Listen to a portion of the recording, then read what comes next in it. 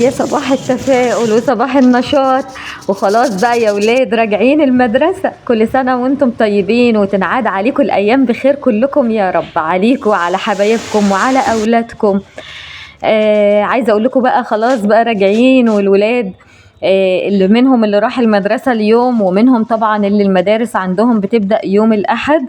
فإحنا بقى يعني مكملين بإذن الله، واللي هتودي بقى زمانها ودت النهارده او هتودي بكره زي حالاتي كده. انا ولادي ما راحوش النهارده المدرسه، بس هيبداوا من بكره باذن الله. ونوديهم بقى المدرسه ونطير كالفراشات الطائره كده في البيت، نجري بقى. يعني بصي عايزه اقول لك هنبدا اليوم بقى من الصباح الباكر. اوعي تكوني كده من اللي بتودي الولاد المدرسه وتجري على السرير جري تكمل المسيره. اوعي، لا انت تودي الولاد المدرسة وتبدأي بقى يومك من بدري بدري كده يا شطورة يا جميلة. تدخلي تعملي لك كوباية نسكافيه او كوباية شاي او فنجان قهوة زي ما بتحبي بقى. اعملي المشروب المفضل لديكي، واقفي في الشباك شوية كده استجمي وشمي ريحة الهوا الجميلة، هوا الصبح الحلوة اللي بتفتح كده شرايين القلب شرايين الرئة، وبتبعث في النفس كده النشاط وتذكري الله عز وجل وانت واقفه كده، تبصي للسما شويه وتذكري الله وتسبحي وتستغفري. وبعد كده تجري بقى تبداي ايه يومك، ترتيبات وتنظيفات وترويق البيت. مملكتنا الجميله البيت المنظم النظيف هو دليل ان ست البيت الموجودة فيه ست جميلة ونظيفة وقمر. فربنا كده يا رب يخليكم دايما في بيوتكم ويديم حسكم في بيوتكم ويخليكم لولادكم ما تتحرموش منهم ابدا يا رب. وقبل بقى يا بنات ما هبدأ الفيديو معاكم، الفيديو الجميل الحلو ده، عايزاكم بس ايه تنزلوا في التعليقات وتصلوا على النبي عليه الصلاة والسلام، ويكون الفيديو بتاعنا سبب في توصيلة النبي عليه الصلاة والسلام محمد أشرف خلق الله أكبر عدد صلوات عليه. اللهم صل وسلم وبارك عليك يا سيدي يا حبيبي يا رسول الله. يلا حبيبتي كده حطي اللايك وتعالي نبدأ الفيديو مع بعض. اول حاجه قلت بقى هجهز، طبعا انا بدات الفتره الصباحيه بقى معاكم من خلف الكاميرا. هنا بدات اجهز الغداء اول حاجه، لكني ما بداتش لسه تنظيفات في شقتي، انا كنت تحت في بيت العيله. اول حاجه قلت هجهز الغداء واعمل حاجه حلوه وبعد كده اطلع على شقتي بسرعه. السلالم عندي ما كانتش نظيفه، وكمان البلكونه كانت عايزه تنظيفات ومسح وغسيل للارضيه لان بقالي فتره ما نضفتهاش، وعايزه اقول لكم فيها كوم من التراب. هتشوفوا معايا ان شاء الله، يعني كملي الفيديو معايا للنهايه ان شاء الله الفيديو يعجبك جدا ويكون مشجع ومحفز ليكي. انا بجيب الجلاش يا ولاد، بجيبه من السوق، الجلاش الطري اللي هو بالكيلو، مش بجيب اللي هو المفرز، لا انا بجيب الفريش، مش بحب المفرز ده خالص، انا بجيبه فريش وبعمله في وقتها كده. بجيب كل طبقتين 3 بحطهم، وبحط ما بينهم طبقة من السمنة السايحة او الزبدة السايحة زي ما بتحبي، بس الافضل سمنة لان الزبدة فيها نسبة مية فما بتبقاش حلوة مع الجلاش، انما السمنة هي افضل حاجة ممكن تستخدميها، افضل من الزيت بكتير. بتحطي بقى طبقتين 3 من الجلاش وما بينهم وبين بعضيهم سمنة بالفرشة السيليكون كده، ومشي السمنة كلها. ومش شرط ان انت تعملي واحدة واحدة، لا ابدا، ممكن تحطي طبقتين 3 وتحطي ما بينهم سمنة. هترصي حوالي 6 7 كده وريقات، وبعد كده هتبداي تقطعيها مربعات. طبعا الاطراف انا بسويها وبحاول ان انا انظم يعني المربعات بتاعتي كده بحيث ان هي تبقى متساوية، والقطع اللي انا هقطعها من الجوانب دي مش هنرميها، مش هنتخلص منها ابدا، لا احنا هنحطها في الفرن، هندخلها الفرن مع صينية الجلاش لحد لما تتحمص، وهنستخدمها في ام علي. هنسقيها حليب بالسكر، نحط لها مكسرات ومعلقه من القشطه كده وتبقى ام علي جميله. بعد ما قطعت بقى الجلاش بتاعي مربعات، هبدا بقى احط له الكريمه اللي انا عملتها. الكريمه دي عباره عن كوبايتين من الحليب وعليهم معلقتين من لكل كوبايه من الحليب معلقه من النشا. وبتقلبيهم كده مع معلقه سكر واحده، ما تزوديش السكر لان الجلاش هيتسقى شربات فما يبقاش عائد سكران قوي ويعني تاكليها كده نفسك تغم عليكي، لا يعني قللي السكر شويه. وانت بتعملي الكريمه قللي السكر، ما تزوديش السكر، معلقه سكر كفايه قوي. وحطي بقى معلقه من القشطه كده هتحللك الكريمه دي قوي، واحشي بيها الجلاش. عايزه بقى تحشي بمكسرات بقشطه انت وراحتك. دخلتها الفرن ورحت جبت تومة هرستها في الهون وقليتها في معلقة سمنة وحطيت عليها الطماطم اللي انا ضرباها ومصفياها بالمصفى وحطيتها تتسبك كده، وهطبخ بقى كفتة. تمام. كانت امي ربنا يبارك في عمرها يا رب كانت عملت الكفتة وصبعتها جنبي جهزت لي كل حاجة. ودي صينيه الجلاش بتاعتي اللهم بارك في الفرن اهي يا بنات، ما بتاخدش وقت ابدا ابدا ابدا. عايزه اقول لكم الكيلو في محلات الحلواني وصل ل 250 جنيه يا جماعه، فبجد والله ما اخدت مني وقت خالص. انا جبت كيلو جلاش ب 25 جنيه او ب 30 جنيه تقريبا، وعملته وكوبايتين حليب. والله كمية القشطة اللي انا عملتها اتبقى منها كمان، يعني هو في الحشوة بتاعته ما بياخدش حشوة. وممكن تعمليه سادة كمان، يعني انا عندي ولادي بيحبوا الجلاش سادة وما اخدش مني حاجة، تكلفته بسيطة جدا. والسكر موجود عندنا طبعا، سكر التموين موجودة في كل البيوت، وحتى لو بنشتريه من بره هو مش بيحتاج برضو شربات كتير. يعني شايفين الكمية اللي انا حطيتها كمية قد ايه؟ كوباية ونص سكر على كوباية ونص مية وعصرة ليمونة ومعلقة سمنة بلدي. ده مقادير الجلاش. اللهم بارك. امي عملت الكفته اهي يا بنات، شايفين تصبيعتها عامله ازاي؟ ما شاء الله يعني تسلم ايديها. هنا بقى بدات اقلي الكفته اهون، وبحبها يعني تكون باللون الذهبي القمر الجميل ده، وحجمها لا فك ولا كشت ولا حصل لها اي حاجه. لو عايزه مكوناتها والمقادير والطريقه بتاعتها اكتبي لي في التعليقات، وانا هنزل لكم فيديو كامل بطريقتها باذن الله يا رب لو لقيت طلب عليها في التعليقات. بجد يا بنات بنعملها بطريقه حلوه جدا، وبنحط لها كمان مكون كده بيخلي الكفته متماسكه معانا ولا بتفش ولا حجمها بتتفتت في الطبيخ بصي ما بيحصلهاش حاجه خالص، هتشوفي دلوقتي. بالنسبه للدمعه، الدمعه طبعا انا عملتها بتومه والطماطم كانت اتسبكت، حطيت لها رشه فلفل اسود ورشه ملح، وبعد كده نزلت بمكعبات من البطاطس، وهنزل بقى بالكفته اللي انا حمرتها. وتقدري الكفته دي تعملي منها كميات وتفرزي منها في اكياس في الفريزر وتطلعي منها على الطبيخ مباشره لو انت ست عامله او موظفه. ما تيجوا بقى تصلوا على النبي عليه الصلاة والسلام كده، اللهم صل وسلم وبارك عليك يا سيدي يا حبيبي يا رسول الله. نعمل لهم بقى كده دورق من العصير الفراولة بالموز بالحليب، يفرفشهم في الجو الحر ده. بالرغم ان ريحة الشتاء بدأت تهل علينا كده، اللهم بارك يا رب اللهم بارك. فعلا الأيام دي يعني أنا من الصبح، من وقت ما بدأت الصبح كده وشفت الولاد وهم رايحين المدرسة حسيت كده بريح الشتاء داخلة علينا. بقول لكم انتوا حطيتوا لي اللايك ولا لسه؟ يلا حطوا لاختكم حبيبتكم اللايك. طبعا كل ما عدد اللايكات في الفيديو ده هتزيد كل ما هعرف ان انا بيتابعني ناس محترمين جدا وناس بيحبوا الخير لبعض وبيحبوا الخير لنفسهم زي ما بيحبوا الخير، بيحبوا الخير لغيرهم زي ما بيحبوا نفسهم. فامانه عليكم حطوا لي اللايك للفيديو علشان الفيديو يترفع. وكملي معايا الفيديو هيعجبك جدا. وهنا بقى يا ولاد طلعت على الشقة فوق وبدأت كده امسح السلالم من قدام باب الشقة من فوق لحد تحت. بيفرق كتير جدا في نظافة الشقة ذات نفسها. اخدت كده الجردل بتاعي وفي مية وبحاول ان انا اجيب مية دافية مش مية من الحنفية يعني ساقعة وكده، بقى تحاولي ان انت تخليها دافية شوية.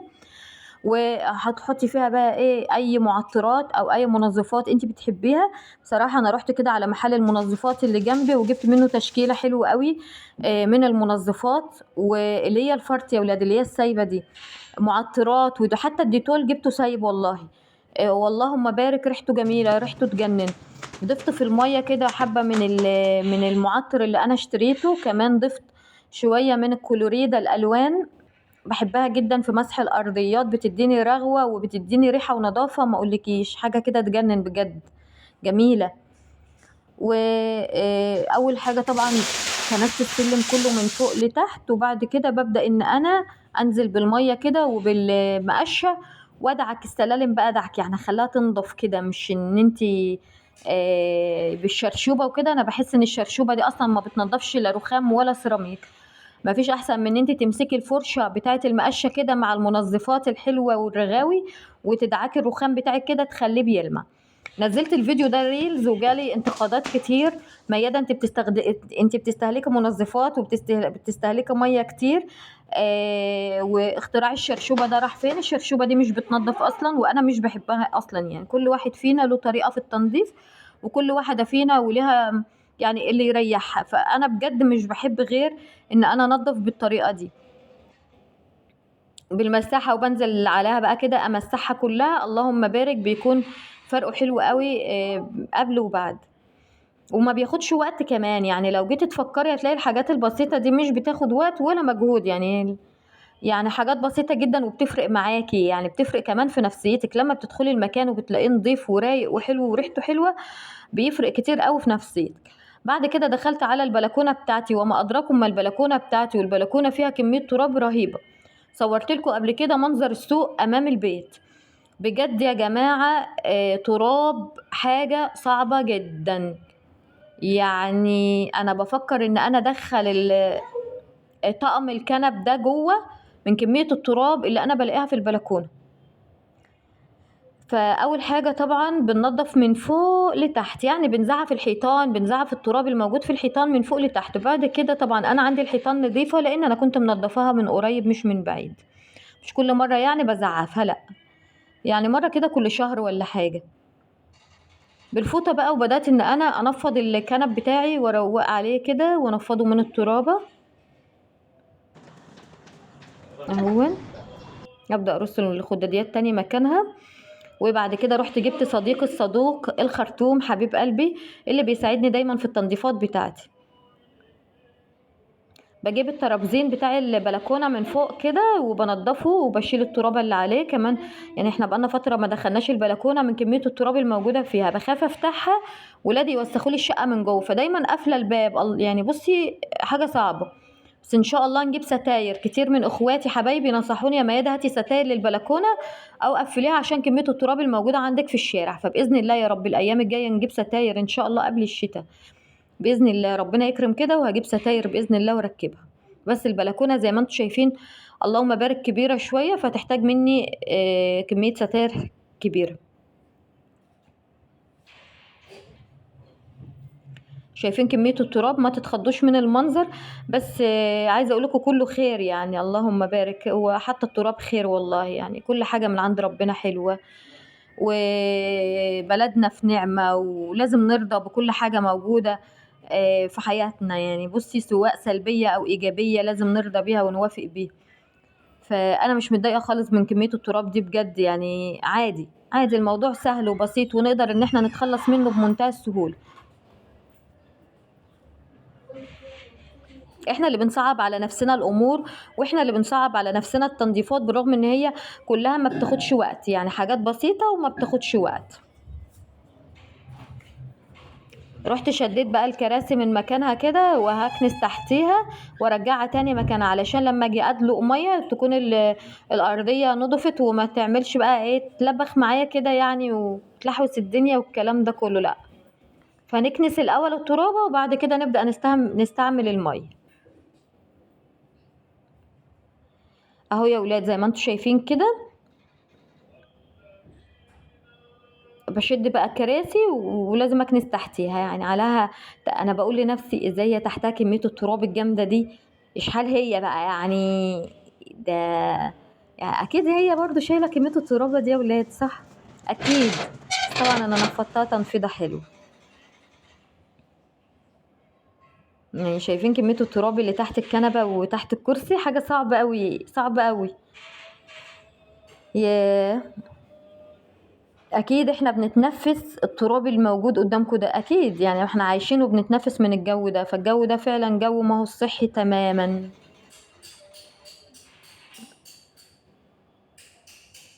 بدأت بقى اغسل بالميه، وبدأت بقى شغلت الخرطوم بتاعي هنا بقى. بصي عايزه اقول لك بقى النشاط والفرفشه والزقطه. انا بعشق الميه يا جماعه، انا بعشق الميه وبعشق الصابون والرغاوي، بحب كده شكل الميه، وبحب بصراحه بحسها بتغسل قلبي من جوه كده. وكبيت الميه بقى بالمكنسه، وببدأ بقى افرش الارضيه كلها والمنظفات بقى. والديتول عامل ايه، عامل عمايله. الديتول السايب ده انا جايباه من محل المنظفات اللي جنبي، بصراحه ريحته رهيبه، ريحته جميله تجنن جنان جنان.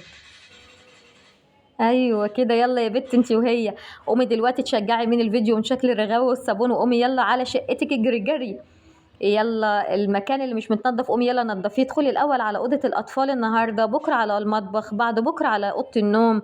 مش لازم الشقه كلها في يوم واحد، يعني تقدري ان انت تعملي كل يوم حاجه، كل يوم حاجه. النهارده ممكن تمسكي الدولاب بتاعك كده تنضفيه تنظيفه حلوه، وترصيه رصه جميله، وتمسحيه من جوه، تعطريه كده، وترشيه رشه برفوم حلوه. و بعد ما تخلصي اوضه اوضه ادخلي على المطبخ كده. وبصي كل يوم احسن حاجه تعمليها ان انت كل يوم تنضفي ضرفه في المطبخ، ضرفه واحده وانت واقفه تطبخي. هتلاقي اخر الاسبوع خلصتي المطبخ تنظيفات، وكل حاجه رايقه وحلوه جنبك، وما تجيش على نفسك قوي يعني علشان ما تتعبيش. يعني انا ما بداتش السلالم والبلكونه بتاعتي غير لما خلصت طبيخ تحت، وعملت لهم حاجه حلوه كمان، وعملت لهم العصير وطلعت. ف مسح البلكونه وتنظيف البلكونه والسلالم سهل وبسيط جدا، وما بياخدش وقت خالص. انا بشجعك اهو. وكمان يعني عارفه لما تفتحي باب الشقه كده وتلاقي قدامها نظيف وحلو، حاجه كده ترد الروح. خلصت البلكونه وغيرت هدومي، كانت اتلحوست ميه وترابه، وقلت انضف الريسبشن بتاعي. وده يبقى تنظيفات النهارده يا جماعه. بكره باذن الله انزل لكم كده تنظيف غرفه النوم، وكمان الصاله. بصوا بقى عايزه اقول لكم لو ما عملتوش لاختكم متابعه، اضغطي على كلمه متابعه اللي مكتوبه باللون الازرق جنب اسم يوميات مياده حمزه. من هنا كنت تكوني متابعه ليا وتكوني اختي من اخواتي. ربنا يا رب كده يديمكم نعمه في حياتي ويخليكم ليا يا رب. شايفين كمية الترابة ومنظر الشارع؟ بصي بقى يعني النهاردة عشان ما عندناش سوق، فالفلاحين فرشين الرز بتاعهم، وبيبدأوا ان هم بقى يظبطوه ويعبوه في الشكاير عشان يبيعوه كده بالمنظر اللي انتوا شايفينه ده. بيتباع بالطن تقريبا، بالطن. الطن وصل ل17,000 و18,000 على فكرة. يعني الله المستعان، الله المستعان. طن الرز بقى من 16 ل17 ل18 حسب نوعية الرز. فهم بيعملوه اساسا بيطلع ترابة يعني عشان كده انا دايما مقفله والله. وزي ما انتوا شايفين كده، يعني دايما تقولوا لي في التعليقات مايده انت بتنضفي كتير، انت ما بتقعديش شغاله على طول بالميه والصابون. ما هو يا جماعه من كميه التراب اللي انتوا شايفينها في الشارع دي. بعدين لو قعدنا احنا مش هنعرف نعيش خالص في الشقه من جوه. بالرغم ان انا قافله الشبابيك وكل حاجه، الا ان التراب برضو بيدخل والله. فما تعرفيش الشباك مش بيحوش التراب اصلا. وبرضو ما تقوليليش وانتي بتعملي ايه ما الحاجه قدامك نظيفه. انتوا مش شايفين يا جماعه التراب؟ يعني انا بصور لكم بتليفون كحيان اصلا، والكاميرا بتاعته مش اللي هي بتبين لك اقصى حاجه، لا. ف في تراب قدامكم، في تراب على الارض، بس انتوا مش شايفينه، انما انا شايفاه وحاسه بيه. يعني ما ينفعش ان احنا نقعد في مكان فيه ترابه. انا بقالي فتره ما طلعتش نظفت الاوضه دي، فبحب بقى بين الفتره والتانية كده اغسل الارضيات بتاعتها، مش امسحها، لا بحب اغسلها. انتي بقى بتغسلي او بتمسحي الارضيات كل قد ايه؟ قولي لي بقى في التعليقات، اكتبي لي في الكومنت كده انتوا بتغسلوا الارضيات بتاعتكم كل قد ايه؟ ميه وكلوريكس الوان. طبعا احنا بنستخدم كلوريدا الوان عشان المقاطعه، وحبه ديتول او معطر في الميه بتاعتك. وظبطي الميه بتاعتك كده، خلي ريحتها فريش كده وجميله. وابداي شيلي بقى الاساس من مكانه عشان ننضف تحته، نكب ميه تحته كده يعني. مش اللي هو بقى مسح كده من بره هلا هلا ومن جوه يعلم الله، لا. بصبن الحيطان كده زي ما انتوا شايفين اهون، و من فوق لتحت. بعد ما فرشتها بالفرشه كده بجيب الموب العصفوره الجميله دي. وطبعا كتير من اخواتي سالني مياده الموب ده انت جايباه منين؟ من محل ادوات منزليه. واي حاجه انا بستخدمها بجيبها من محلات الادوات المنزليه. يعني انا بستخدم حاجات بسيطه جدا يا جماعه، يعني مش الحاجات اللي هي يعني استحاله ان انت تلاقيها، لا. يعني كلها حاجات بسيطه زي ما انتوا شايفين. والله انا كنت جايباها ب75 جنيه تقريبا او ب80 جنيه، دلوقتي زمان سعرها تضاعف لانها نوعيتها ضعيفة وفي اقوى منها. يعني انا عايزة ان شاء الله اجيب اللي هي الاحلى منها، اللي هي التركي اللي هي بالجردل دي. فلو موجودة عند حد من حضراتكم انصحوني كده اجيبها ولا ما اجيبهاش. اللي هو الموب التركي يا جماعة اللي بيدخل في قلب الجردل، اكتبولي كده اجيبه ولا بلاش وملوش لازمة، او هو كويس ولا الموب اللي انا بستخدمها دي احسن.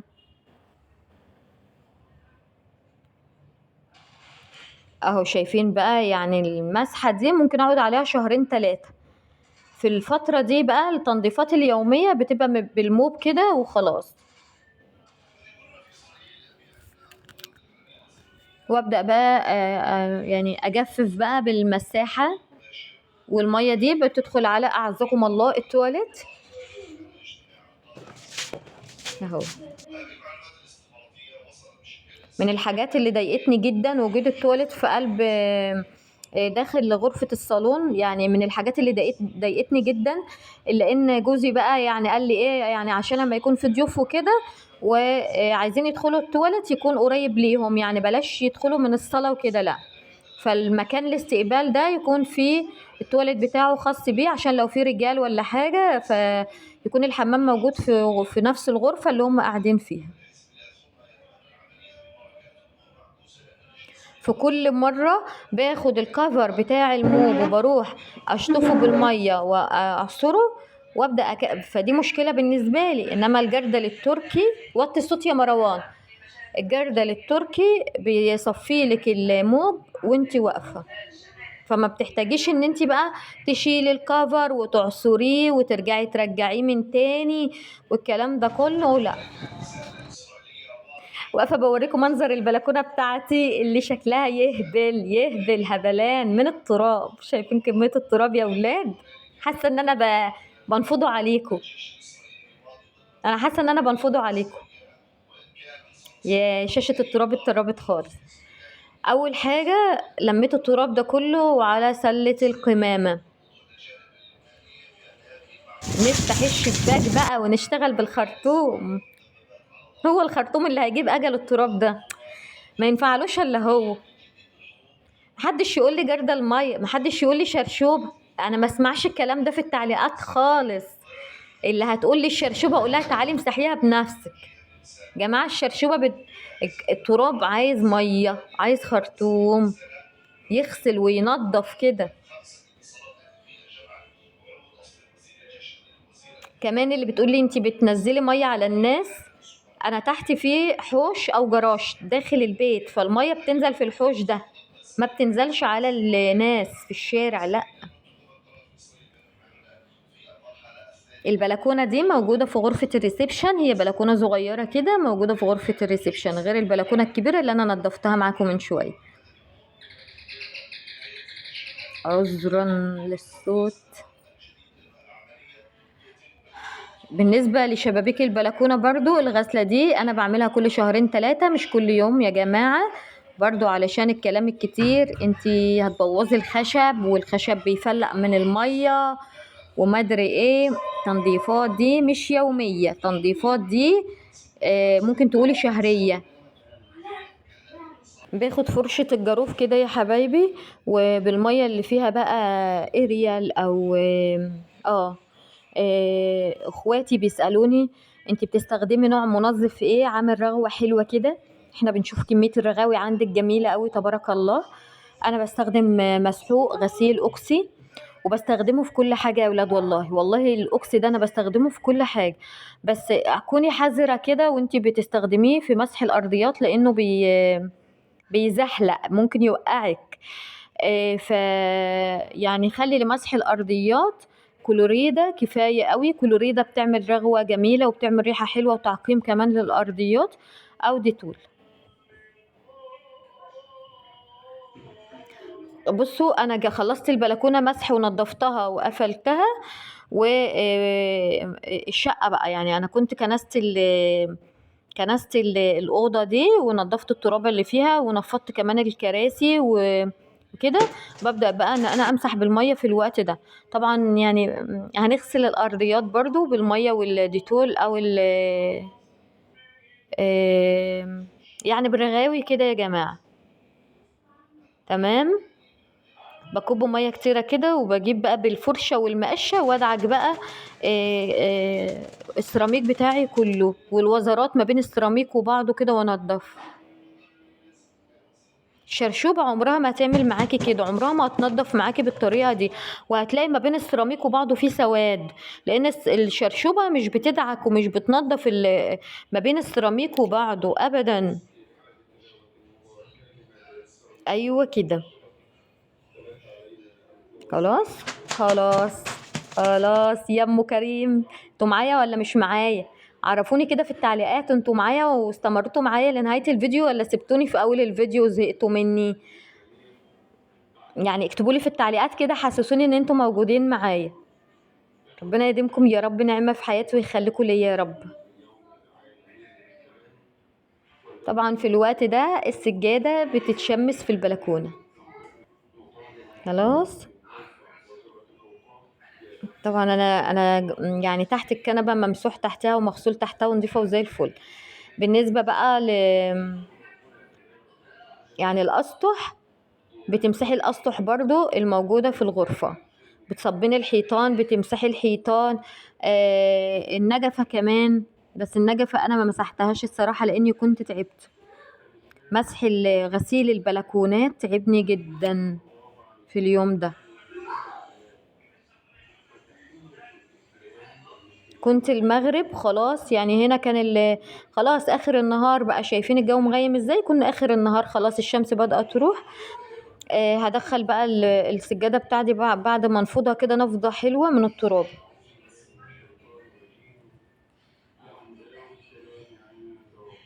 برومها بقى كده، وطبعا هي تقيلة جدا، عايزة اقولكوا تقيلة قوي، بس احنا قدها وقدود والله يا جماعة. وبالرغم ان هي كانت تقيلة عليا الا اني بحتسب تعبي كده في ميزان حسناتي ان شاء الله يا رب. لسه هنده لابني بقى واقول له تعالى شيل السجادة، هو يقول لي لا لا مش عارف ورايا ايه، مناحية لا، نعمل حاجة بنفسنا وخلاص. بكده خلص الفيديو.